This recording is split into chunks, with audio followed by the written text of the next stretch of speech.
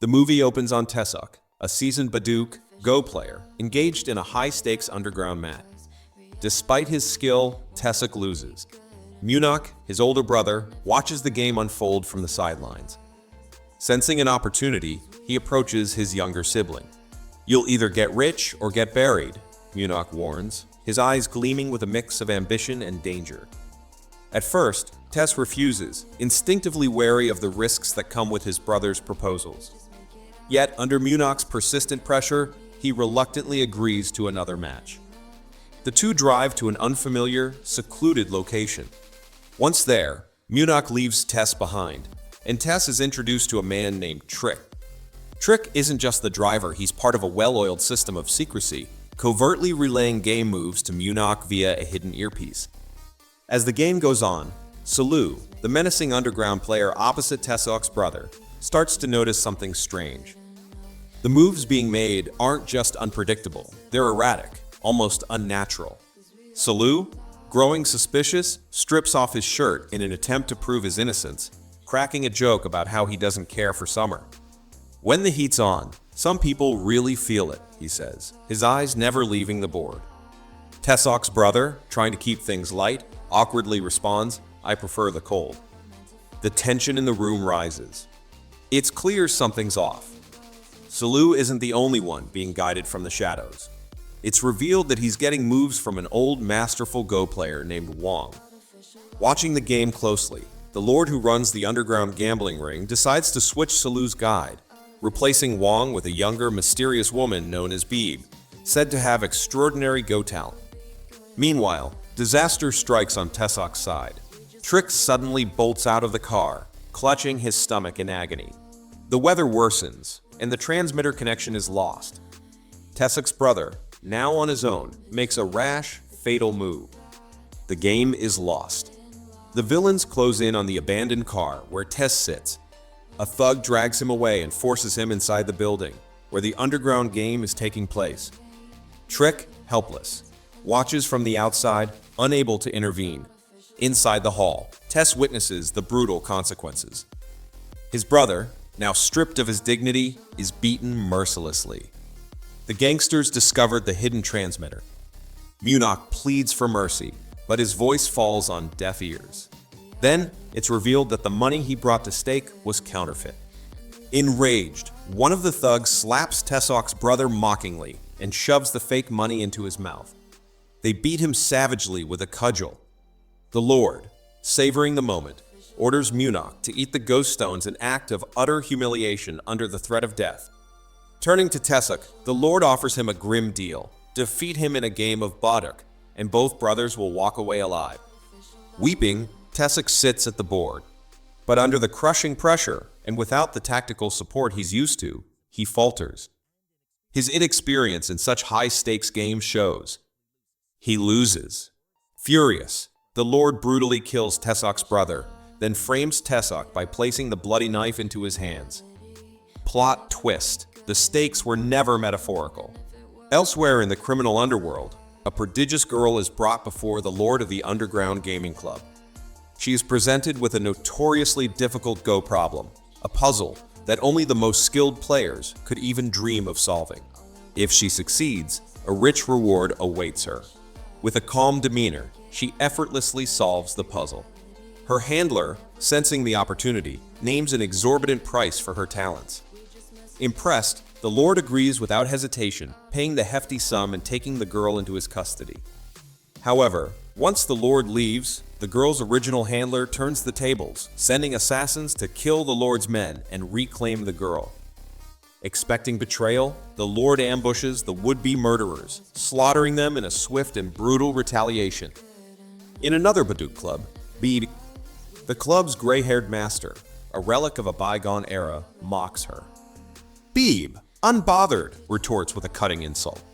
The master, though reluctant, can't help but respect her audacity.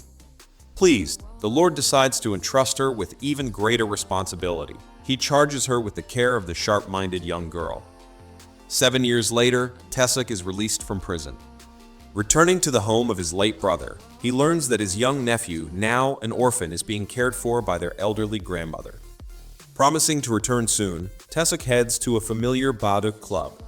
There, he tracks down Atari, one of the thugs who once gleefully slapped him across the face. Tesuk, now no longer a victim, challenges Atari to a Baduk match, pretending to be a clumsy amateur. At first, Tess deliberately loses, but then he offers a rematch, suggesting that the loser accept 10 finger flicks as punishment. Atari, laughing at the idea, agrees. But after just one flick, the pain is unbearable. Realizing his mistake, Atari pulls a knife.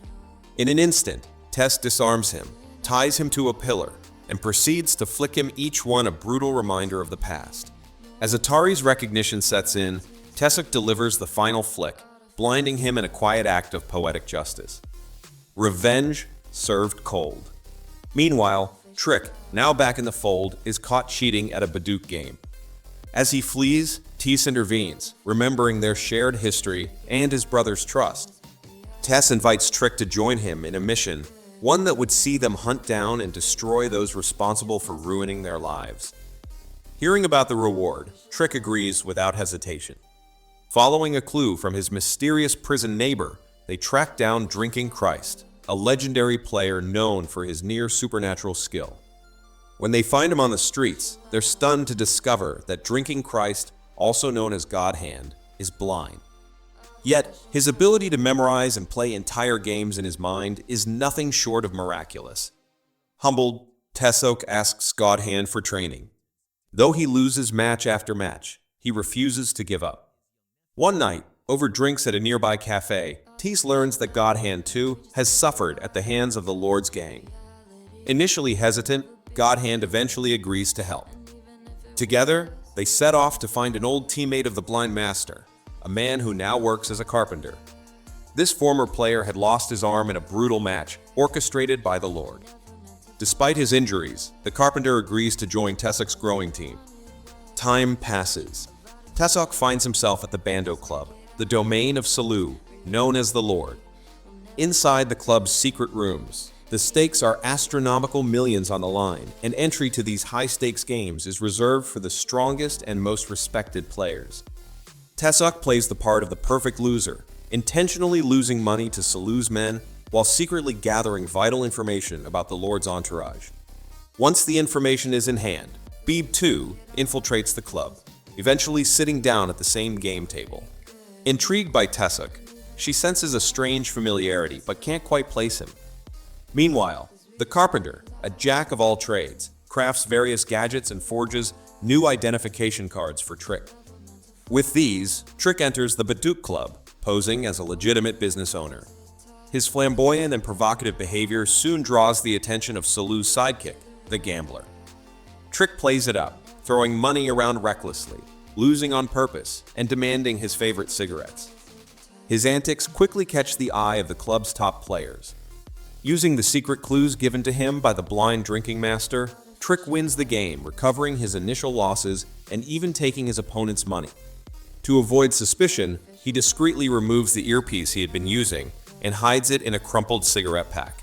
His angry opponent demands a check for cheating, but no evidence of foul play is found. The gambler, seeing his own humiliation, steps in and delivers a punch to the opponent, apologizing for the wrongful accusations. He offers Trick a rematch, which Trick gladly accepts. Elsewhere, Blind Master reminds Tesuk and the team of the Divine movie, a legendary, once-in-a-lifetime strategy that can change the course of everything. Tesuk, still under Beeb's watchful eye, continues to play with her and her associates. Suddenly, Selu himself approaches their table. Tesuk remains calm, pretending not to recognize him. Later, Selu interrogates Beeb, pressing her for information about Tesuk. She assures him that he's just a simple programmer. But Selu, sensing her growing affection for the man, grows furious. In a fit of rage, he tries to strike her. Beeb, unshaken, calmly responds, "In the game of life, even the strongest sometimes lose."